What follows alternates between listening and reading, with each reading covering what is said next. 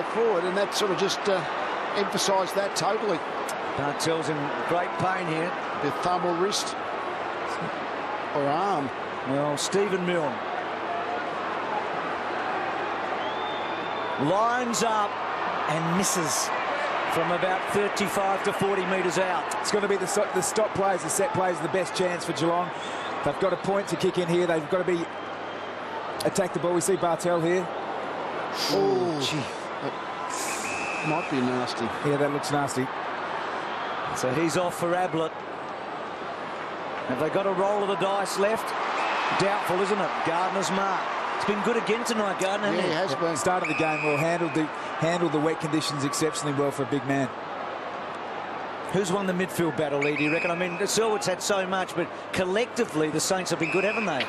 Well, they have been. I mean, I think the tackling pressure of St Kilda, it's not something, in the ball winning, it hasn't been that much difference between the sides, but I think particularly this second half, St Kilda's defensive pressure to really lay the tackle. Defensive structure, I too think, Lee. They've just had that gridlock from half back. Gardner floats it to 20 metres. Blake decides to belt. It's effective. Johnson in the back half. Saints will like that. Milburn, Selwood, very short. Stokes, Burns, promising build-up through the centre. Selwood had to fetch it a bit.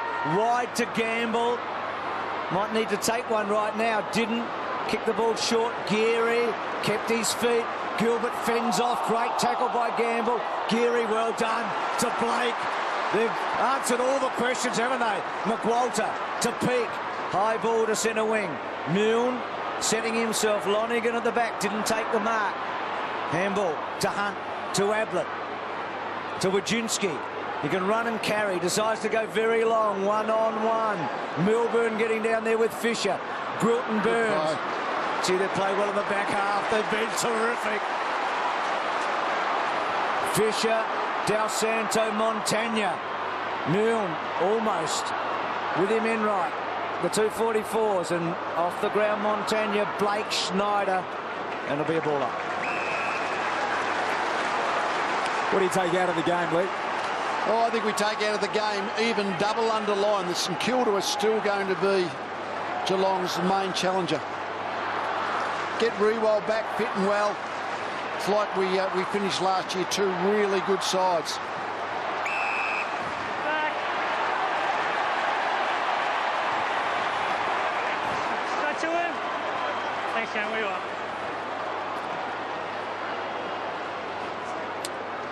So Hayes, another very good game.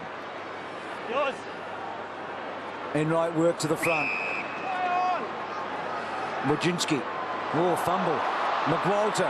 Schneider's kick 4, low, and not quite coming back. You know, the other good thing it does, I think it breathes life into the competition. It just looks so much like Geelong just had too much wherewithal to who was going to be able to challenge them. Obviously, Hawthorn got up there in 2008 and beat them. St Kilda were right on them last year. So St Kilda was certainly going to be up there. They won by 6 goals tonight. It will be more about who's second best for the rest of the season until the finals. Well, St Kilda didn't need to win tonight to really challenge for the flag, but I think from that sort of mental side, and Brendan Goddard spoke during the week about how much the loss in the last year's grand final hurt.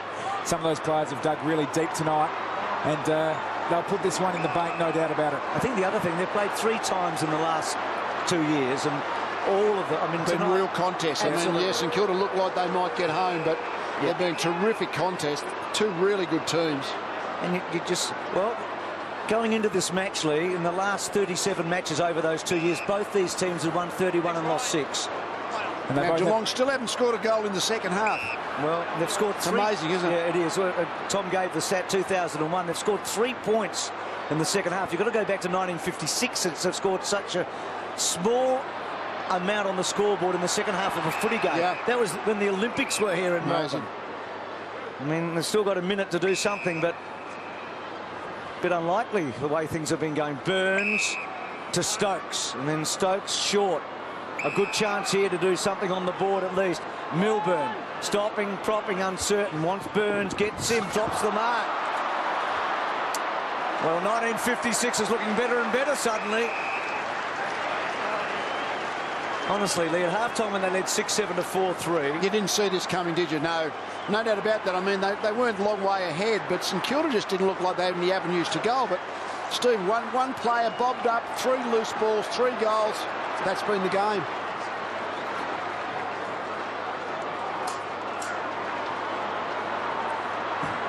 So Schneider, back he goes to Geary, short to McAvoy. So short inside the 50, Jack Stephen. Well, he's been a revelation tonight. Montagna, maybe to finish the match off in terms of the Saints. Milner try and run on, he did, he's gone. Ball up. You knew what he tried to do, but he just slipped, didn't he? Free kick to you. Oh, there's a free kick against Josh Hunt for verbal abuse. And Milne runs on and kicks the goal.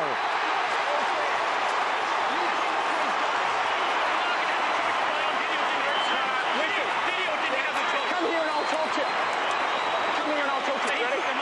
Well, there's been a bit of a theme tonight, hasn't it? I mean, the 50 metres, the back chatting. Yeah. Opportunity, which is about 2 or 3 steps, okay? He's still got to have a prior opportunity.